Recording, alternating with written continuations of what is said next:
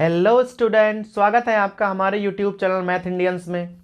कक्षा 12 गणित में इस समय हमारा चैप्टर चल रहा है आव्यूह मैट्रिसेस। और आज के इस वीडियो में आपको हम पढ़ाने वाले हैं एक्सरसाइज 3.2 का परिचय। भाई इसके पिछले वाले वीडियो में हमने आपको आव्यूह का परिचय पढ़ाया था और उसके साथ ही एक्सरसाइज 3.1 को पूरा हल करा दिया था। ठीक है, तो भाई अभी हम क्या करेंगे, उसके आगे चलेंगे और एक्सरसाइज 3.2 का परिचय पढ़ेंगे।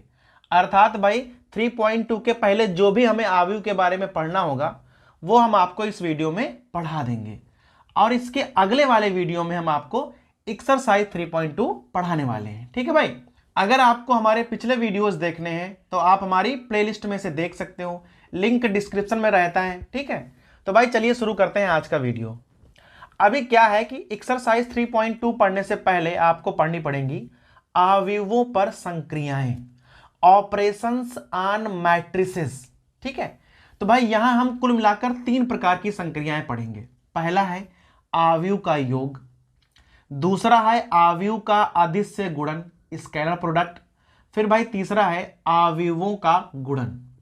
तो भाई यहां पर क्या होगा, हम किन्हीं 2 या 3 या 4 जो भी भाई आव्यूह हैं उनका योग कैसे करते हैं ये पढ़ने वाले हैं। यहां हम पढ़ेंगे कि भाई आव्यूह को अगर हम किसी संख्या से, कोई विशेष संख्या से गुणा करें तो वह गुणा कैसे होगी। और भाई यहां हम पढ़ेंगे कि 2 आव्यूह का आपस में गुणनफल कैसे ज्ञात किया जाता है। ठीक है भाई, तो इस वाले वीडियो में हम इन तीनों बातों को कवर करने वाले हैं, तो भाई साथ में बने रहिएगा। चलिए भाई शुरू करते हैं। अब पहली हमारी संक्रिया क्या हो गई है, आव्यूह का योग। अब भाई आव्यूह का योग होता क्या है, ध्यान से देखिएगा। अगर आपको कोई 2 आव्यूह पता हो इस प्रकार से, भाई मान लो कि एक आव्यूह ये है और भाई दूसरा आव्यूह आपको इस प्रकार से दिया हुआ है। ठीक है, और आपसे कह दे कि भाई इन 2 आव्यूह का हमें योगफल आप बताइए। ठीक है, कह दे कि भाई a प्लस बी हमें आप ज्ञात करके बताइए। हमारे पास 2 आव्यूह हैं a और b। तो अगर आपसे कह दे कि भाई हमें किन्हीं 2 आव्यूह का ना योगफल बताइए, तो आपको जो सबसे पहली बात ध्यान में देनी होती है वो ये है कि भाई आपको देखना है कि दोनों आव्यूह की कोटि क्या है। ठीक है, तो भाई यहां पर है 2/2 और यहां पर भी है 2/2। तो सबसे पहले क्या करना है, आपको दोनों आव्यूह की कोटि देखनी है। और भाई योगफल के लिए जरूरी क्या होता है कि कोटि ए और कोटि बी दोनों बराबर होनी चाहिए। अर्थात अगर हमें कोई 2 आव्यूह आपस में जोड़ने हैं तो उनकी कोटियां बराबर होनी चाहिए भाई, तभी आप जोड़ पाओगे आव्यूह को, वरना आप जोड़ नहीं सकते हो। ठीक है, तो अगर यहां पर कोटि बराबर है, जैसे अगर भाई मान लो ए वाला है वो m क्रॉस n है, तो भाई b वाला भी m क्रॉस n ही होना चाहिए। अगर दोनों समान कोटि के हैं तो आप इनका योगफल ज्ञात कर सकते हो, और अगर समान कोटि का नहीं है तो आप a प्लस बी का मान ज्ञात नहीं कर सकते हो। अब भाई मान लो कि दोनों समान कोटि के हैं तो हम योगफल निकालेंगे कैसे। भाई रूल ये होता है कि संगत जो हमारा एलिमेंट है वो अपने संगत एलिमेंट से जाके जुड़ जाएगा।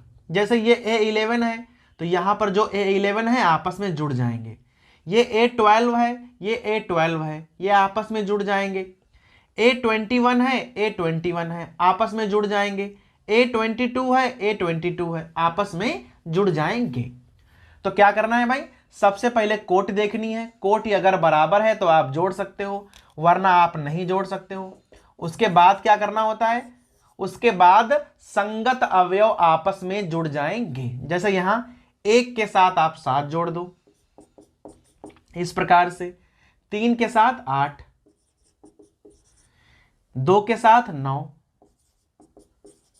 और 4 के साथ 10। हमारा योगफल भाई प्राप्त हो जाएगा। यहां पर क्या आ जाएगा 8, यहां 11, यहां पर 11 और यहां पर 14। तो भाई ये हो गया हमारा a प्लस बी का योगफल। समझ गए आप कि पहले क्या करना है, पहले आपको कोटियां देखनी है, कोटि समान होनी चाहिए। अगर कोटि समान है तो आप संगत अवयव आपस में जोड़कर कोई 2 आव्यूहों का योगफल ज्ञात कर सकते हो। तो भाई ये हो गया हमारा आव्यूह का योग। अब इसी प्रकार से आप एक दो उदाहरण और देख लीजिए।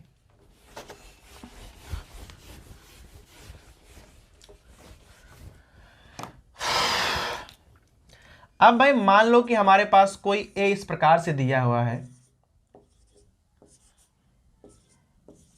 ये हमारे पास a है, और भाई कोई b आपके पास इस प्रकार से है, इस प्रकार से भाई गिवन है। अब ये है a और ये है b। अब अगर आपसे कह दे कि भाई हमें a प्लस बी का मान बताओ, तो भाई आप देख लो कि क्या आप a प्लस बी का मान बता पाओगे या नहीं बता पाओगे। तो सबसे पहले आपको चेक करना पड़ेगा कि जो a है उसकी कोटि क्या है। यहां पर 2 पंक्तियां हैं और 3 स्तंभ हैं, रो बाई कॉलम होता है, तो यह 2/3 का मैट्रिक्स है।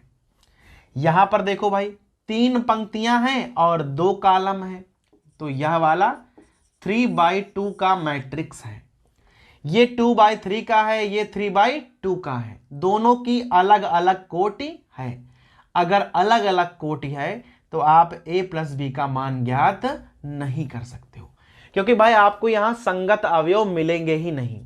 जैसे ये वाला a11 है तो ये 11 है, पर ये वाला भाई a21 है, a21 है, पर भाई यहां नीचे a31 भी है, पर यहां कोई a31 नहीं है। तो भाई चूंकि संगत अवयव ही नहीं मैच कर रहे हैं तो हम जोड़ेंगे कहां से। तो जोड़ने के लिए क्या करना होता है कि भाई कोटियां एकदम समान होनी चाहिए। अगर कोटियां समान हैं आप तभी जोड़ सकते हो, ठीक है। तो भाई यहां पे समझ में आ गया कि अगर कोटि बराबर है तो आप संगत अवयव को जोड़ दो, तो भाई अवयव का योगफल आप ज्ञात कर सकते हो, ठीक है। तो भाई ये हो गया हमारा पहली संक्रिया, अवयव का योग। अब आप भाई सोच रहे होंगे कि हमने आपको यहां पर अंतर क्यों नहीं पढ़ाया। भाई जैसे योगफल होता है वैसे ही अंतर होता है, लेकिन भाई अंतर पढ़ने के लिए आपको सबसे पहले अवयव का अदिश से गुणनफल पढ़ना होगा। जब भाई ये वाला हम पढ़ेंगे तो उसके अंतर्गत आपको हम बताएंगे कि आप कोई दो अवयव को किस प्रकार से घटा सकते हो, किस प्रकार से उनका अंतर ज्ञात कर सकते हो। तो भाई अवयव का योगफल तो आपको समझ में आ गया होगा, ठीक है। अभी हम चलेंगे भाई अपनी अगली संक्रिया पर। अब अगली संक्रिया क्या है जो हमारी भाई नंबर 2 में लिखी हुई है, अवयव का अदिश से गुणन। अब भाई अदिश का अर्थ क्या है कि आप अवयव को किसी विशेष संख्या से अगर गुणा करना चाहो तो, और अगर अवयव को अवयव से गुणा करोगे तो भाई हम नंबर 3 में से पढ़ेंगे, ठीक है। तो यहां पर क्या होगा कि हम किसी अवयव को एक विशेष संख्या से गुणा करने वाले हैं। अब देखना कैसे। जैसे भाई मान लो कि आपके पास कोई अवयव इस प्रकार से है, ठीक है। इस प्रकार से भाई हमें कोई अवयव पता है जो कि भाई a बराबर है। अब अगर आपसे कह दे कि भाई हमें 3a का मान बताओ कि भाई 3a का मान कितना होगा, तो भाई 3 यहां आ जाएंगे और a का मान रखो।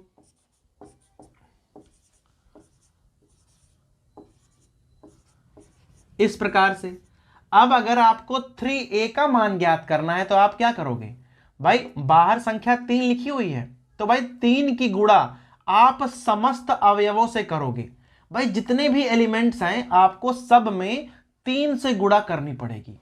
तो भाई ये है अदिश गुणन की खास बात कि जो संख्या बाहर लिखी है उसकी गुणा जितने भी अवयव हैं सबसे करनी है हमें। अब यहां देख लो, यहां पर 9 अवयव हैं, सब में भाई गुणा कर दो। देखना कैसे, यहां 3 एकम 3, 3 दूना 6, 3 तिया 9, 12, यहां 3 से 15, यहां 18 हो जाएगा, यहां 21, यहां 24 और यहां 27 हो जाएगा। और भाई ये आ गया हमारा 3a का मान। तो भाई बड़ा ही सिंपल है, कुछ नहीं करना है आपको। अगर अवयव को किसी विशेष संख्या से गुणा करना है तो आप उस विशेष संख्या से समस्त अवयवों की गुणा कर दीजिए, तो भाई हमें अवयव का अदिश से गुणनफल प्राप्त हो जाता है, ठीक है। समझ में आ गया यहां पे। अब भाई और आगे चलो। जैसे मान लो कि हमें कोई अवयव b दिया हुआ है, 1 2 -4 और यहां 0 है। अब आपसे कह दे कि भाई यहां पर हमें 2/3 b का मान बताओ, 2/3 b का मान आप हमें बताओ। तो भाई कैसे ज्ञात करोगे? तो पहले आप 2/3 यहाँ लिखोगे, 1 हो गया, 2 हो गया, -4 और यहाँ 0 हो गया। फिर भाई क्या करने वाले हो आप? 2/3 सब में गुणा कर दो, तो यहाँ पे क्या आ जाएगा? 2/3, यहाँ -8/3, यहाँ पर 4/3 और ये वाला तो 0 ही बना रहेगा। तो भाई ये मान आ जाएगा 2/3 बी का। तो अगर हमें किसी संख्या से गुणा करना है तो अंदर जितने भी अवयव हैं आपको भाई सब में गुणा करना होगा। बस यहां एक बात का ध्यान रखना, जैसे आपने सब में गुणा किया है तो भाई गुणनफल प्राप्त हो गया। अगर आपको कॉमन लेना पड़ जाए, अगर मान लो आपको कॉमन लेना पड़ जाए जैसे यहां पर, तो आप सब में कॉमन भी लेंगे। भाई कॉमन का मतलब है भाग करना। तो अगर आपने गुणा समस्त अवयवों में करी है तो आपको भाग भी सब में करना होगा। ठीक है, तो भाई ये तो हमने आपको सिंपल एकदम बता दिया है कि अगर किसी विशेष संख्या से गुणा करना पड़ जाए तो आप गुणा कैसे करोगे। अब भाई आपको हम बताएंगे कुछ अलग प्रकार से गुणा करना। अब भाई ध्यान दीजिएगा एकदम। अब भाई यहां आव्यूह हमने लिख दिया है, -1, -3, 6 और 0। ठीक है, कोई आव्यूह ए है। अभी आपसे कह दे कि भाई इसका ऋण आव्यूह क्या होगा?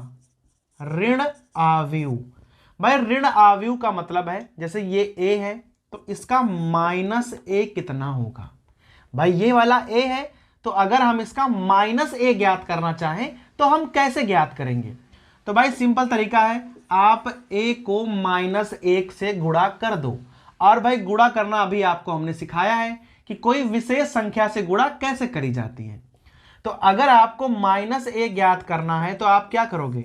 आप उसको भाई -1 से गुणा कर दोगे। और -1 से गुणा करना हमने आपको बताया है कि भाई -1 से आप सभी अवयवों में गुणा कर दो। यहां करो तो क्या हो जाएगा? 1, यहां 3, यहां -6 और यहां 0। तो भाई इस प्रकार से कोई भी अगर आपको आव्यूह दिया गया है तो आप उसका ऋण आव्यूह ज्ञात कर सकते हो। a दिया हुआ था, हमने क्या किया भाई? -a निकालने के लिए a को -1 से गुणा कर दिया, तो भाई आपको वहां से ऋण आव्यूह का पता चल जाता है।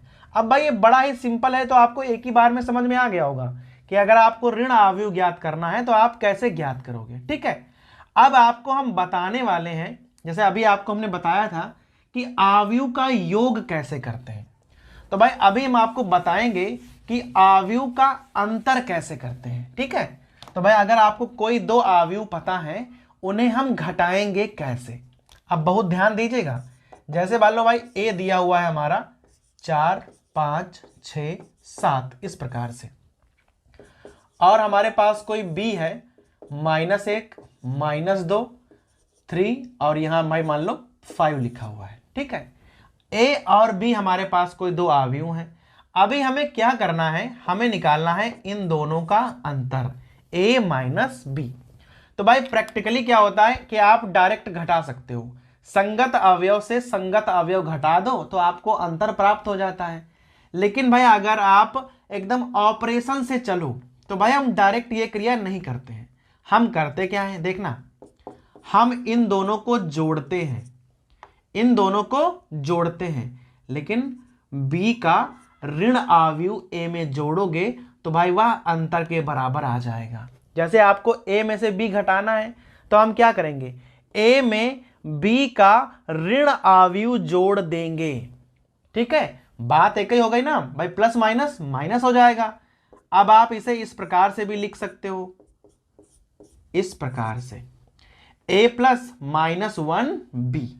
ठीक है, तो भाई a का मान क्या है? अब ध्यान दीजिएगा, यहां है 4, 5, 6, 7, फिर भाई प्लस में अब आपको -b ज्ञात करना है। तो भाई b का आप माइनस निकाल लो, क्या हो जाएगा? यहाँ पे 1 हो जाएगा, यहाँ 2, यहाँ -3 और यहाँ -5। और भाई इन दोनों को आप जोड़ दीजिए, 4 में 1 जोड़ा तो 5, 6 में 2 तो 8, 5 में से 3 तो भाई 2 बचेंगे, 7 में से 5 तब भी 2 बचेंगे। और भाई ये कुल मिलाकर हमारा आ गया a - b। अगर आप ये क्रिया डायरेक्ट करते कि भाई ए में से बी घटा दो, तो भाई चिन्ह बदल दो और डायरेक्ट भी आप घटा सकते थे। लेकिन अगर भाई संक्रिया के हिसाब से देखो तो हम आव्यूह को कभी घटाते नहीं हैं, हमेशा जोड़ते हैं। जब भी घटाने को कहा जाता है तो हम जिस चीज को घटाना होता है पहले उसका ऋण आव्यूह ज्ञात कर लेते हैं, फिर भाई ऋण आव्यूह को उस आव्यूह में जोड़ देते हैं, जिससे हमें अंतर अपने आप ही प्राप्त हो जाता है। तो भाई है तो एकदम आव्यूह का योग की तरह, लेकिन भाई थोड़ा सा डिफरेंस है। तो वो था आव्यूह का योगफल और भाई ये वाला है आव्यूह का अंतर। ठीक है, तो आव्यूह का अदिश से जो गुणनफल होता है हम उसके द्वारा उसका अंतर भी ज्ञात कर सकते हैं। अब भाई आव्यूह पर आधारित आप कुछ अन्य बातों को भी देख लें कि भाई आव्यूह जो है वह किन किन गुणों का पालन करता है। तो भाई सिंपली कुछ कुछ चीजें दी हुई हैं, जैसे क्रम विनिमय। अगर भाई कोई दो आव्यूह हैं तो वह क्रम विनिमय का पालन करेंगे, लेकिन ध्यान रखना है कि योगफल और अंतर करने के लिए कोटियां बराबर होनी चाहिए। अगर कोटि अलग अलग है तो ना आप आव्यूह का योगफल ज्ञात कर सकते हो और ना ही अंतर। ठीक है, तो अगर हमारे पास समान कोटि के आव्यूह हैं तो वह क्रम विनिमय का पालन करते हैं। जैसे आप चाहे ए में बी जोड़ो और भाई चाहे बी में ए जोड़ो, योगफल जो है वह समान आएगा। तो भाई इसे बोलते हैं क्रम विनिमय नियम। योग का क्रम विनिमय है तो भाई इसका पालन करता है आव्यूह। और भाई दूसरा क्या होता है?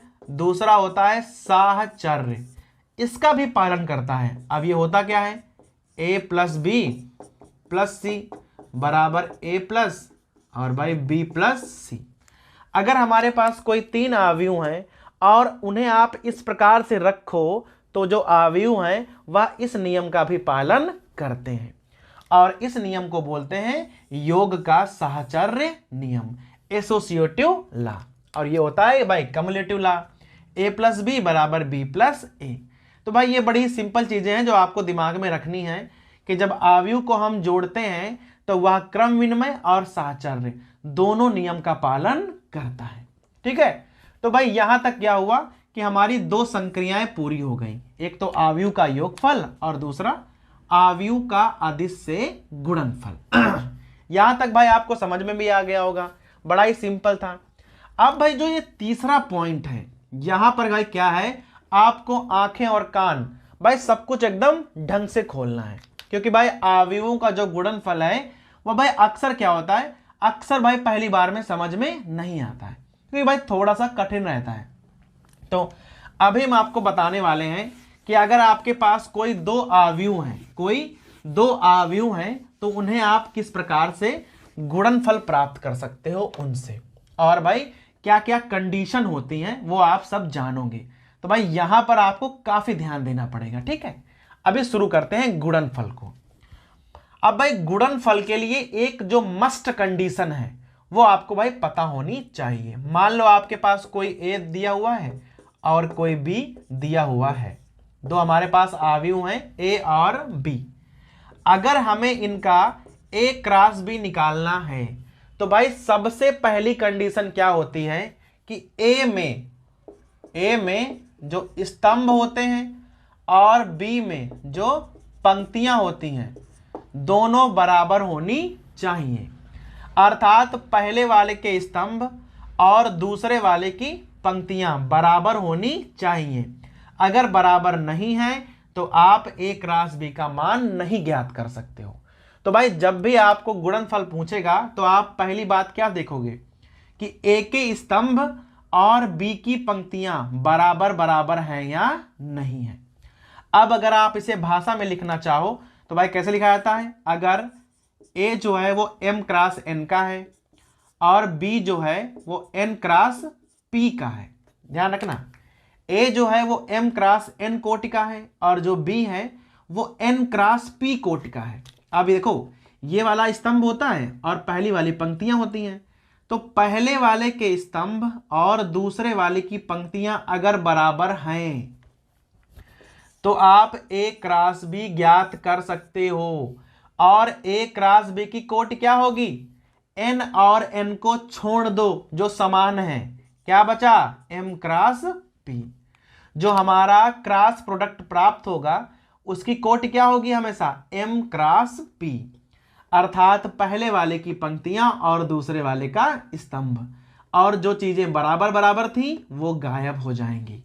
ठीक है, तो आप भाई इन चीजों को ध्यान में रख सकते हो कि अगर हमारे पास कोई A है m क्रॉस n कोटि का, कोई B है n क्रॉस p कोटि का, तो A क्रॉस B आप ज्ञात कर सकते हो क्योंकि यहाँ स्तंभ और यहाँ पंक्तियां समान हैं, और जो हमारा प्रोडक्ट प्राप्त होगा उसका जो कोटि होगी, ऑर्डर होगा, वो क्या होगा m क्रॉस p।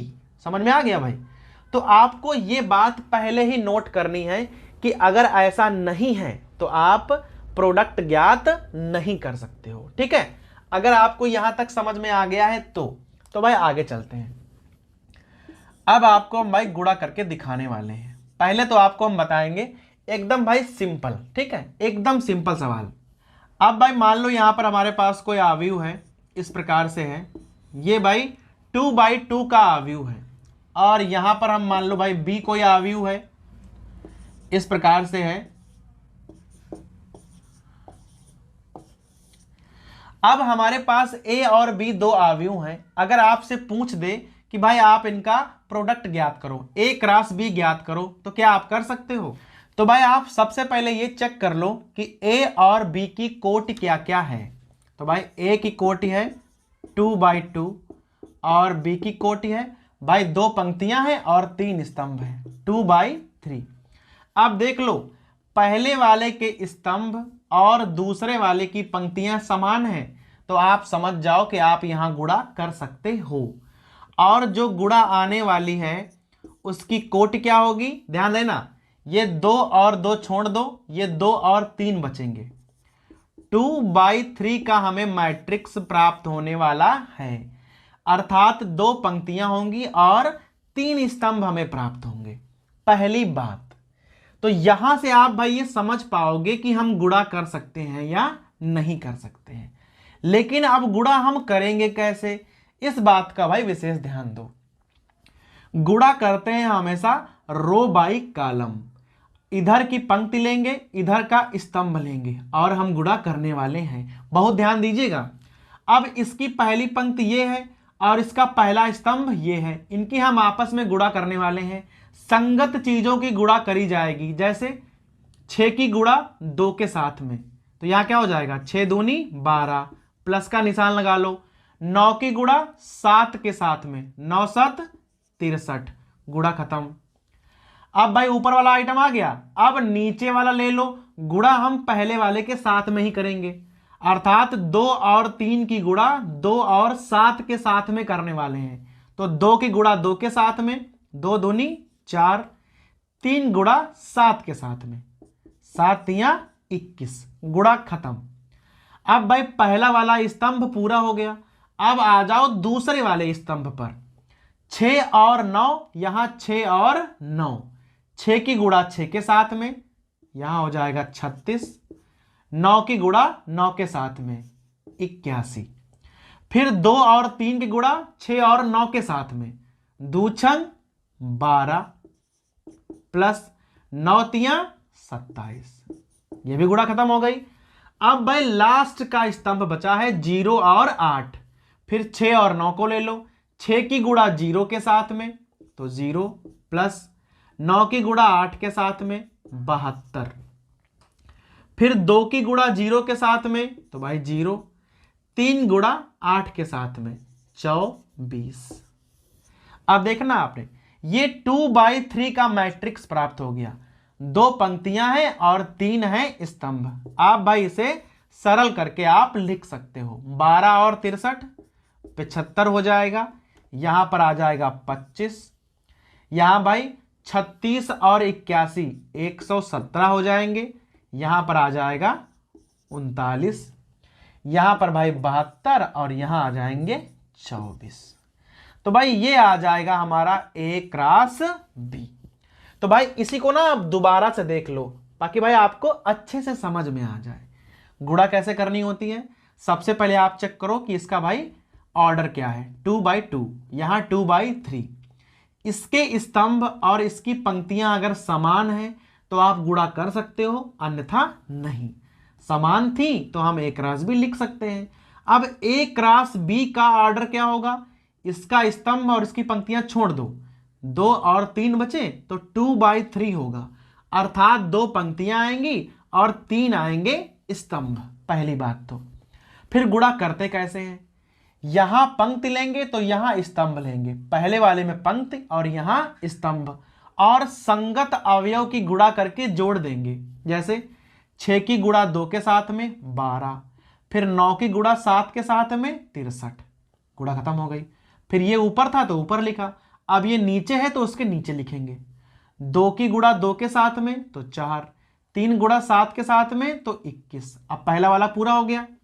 तो भाई दूसरे वाले में आ जाओ, 6 की गुणा 6 के साथ में 36, 9 की गुणा 9 के साथ में 81, ये पूरा हो गया। अब नीचे है तो नीचे लिखो, 2 की गुणा 6 के साथ में 12, 3 गुणा 9 के साथ में 27, पूरा हो गया।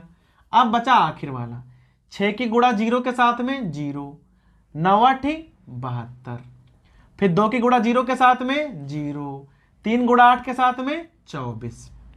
फिर भाई आप इनको आपस में जोड़ लो और जो भी आंसर आए वो आपका ए क्रॉस बी हो जाएगा। तो भाई कुछ कुछ समझ में आ गया होगा।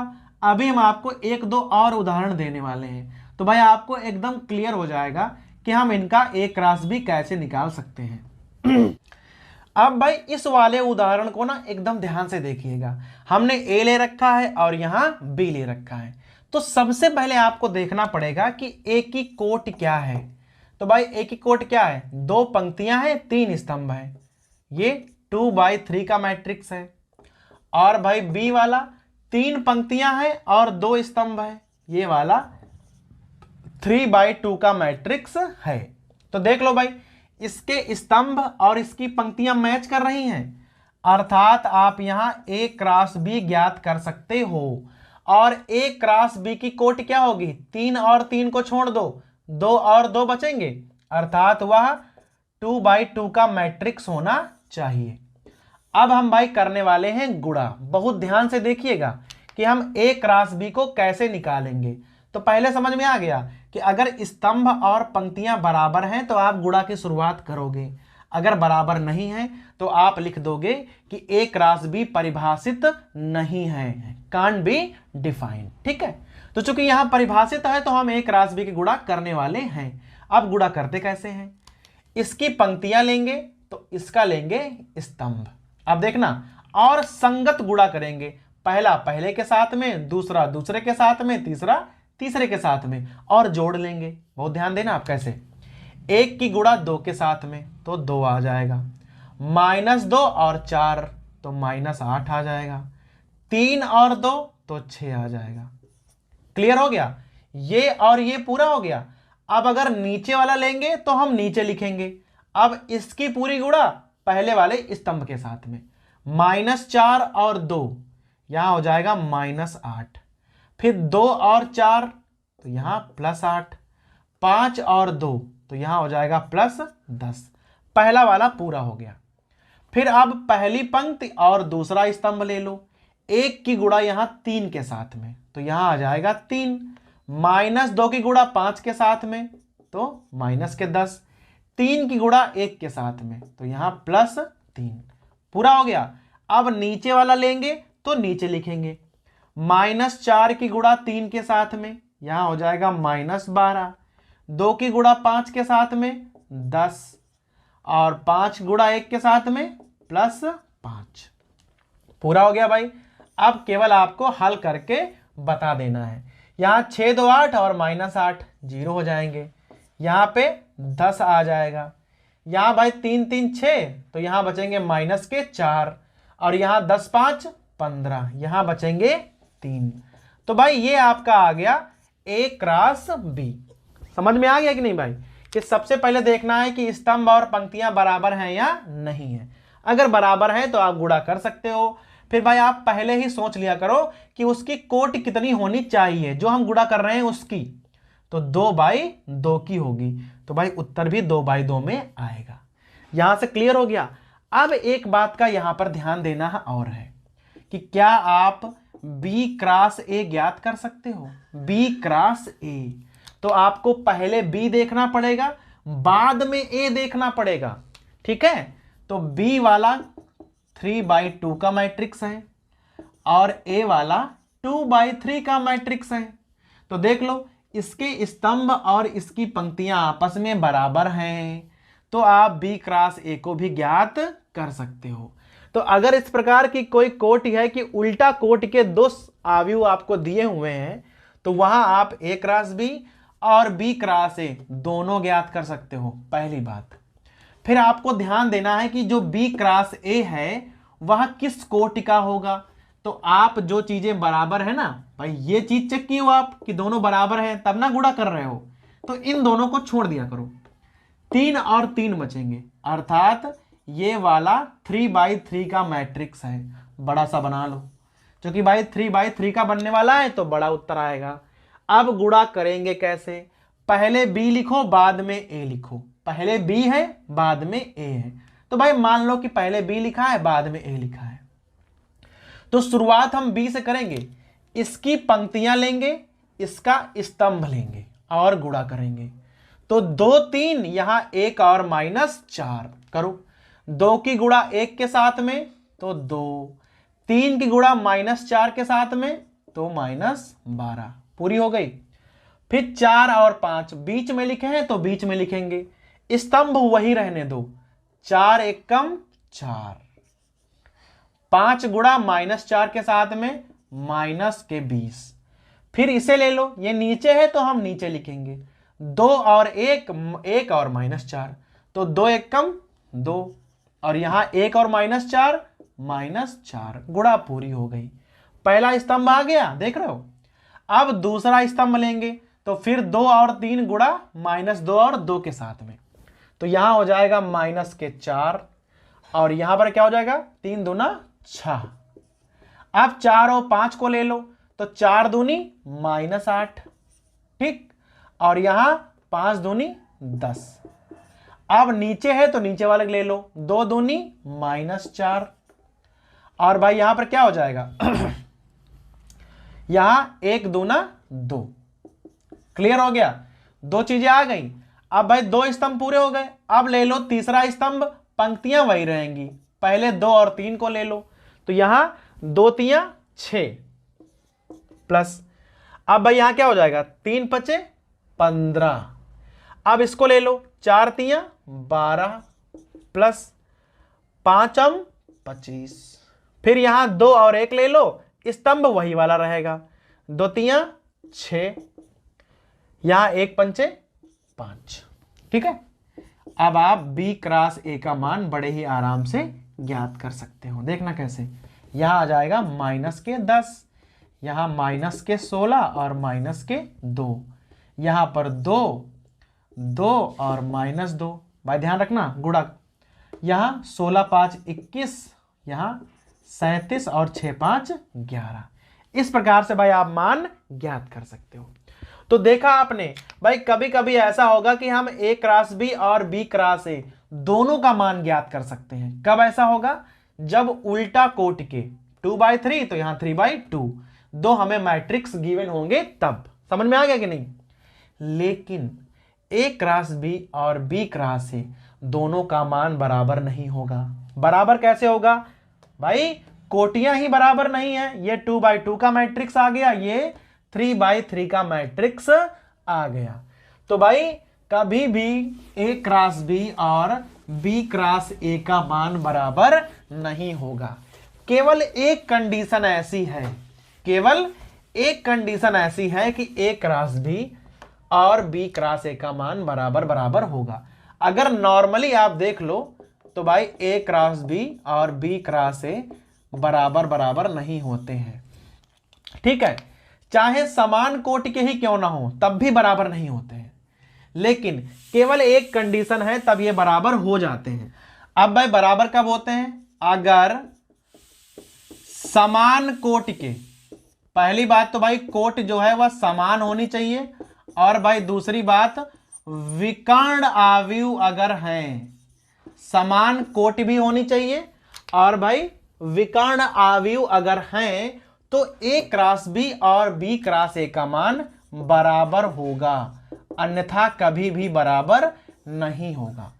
केवल एक कंडीशन है कि समान कोटि के अगर विकर्ण अवयव हैं, जैसे भाई मान लो कि ए हमें इस प्रकार से दिया हो 3 4 0 0, अब ये विकर्ण अवयव है। अगर हमें बी मालूम हो इस प्रकार से 1 2 और यहां 0 और 0, समान कोटि के हैं, दोनों 2x2 के मैट्रिक्स हैं और दोनों ही विकर्ण अवयव हैं। अगर आप इनका ए क्रॉस बी और बी क्रॉस ए निकालोगे तो वो समान आ जाएगा।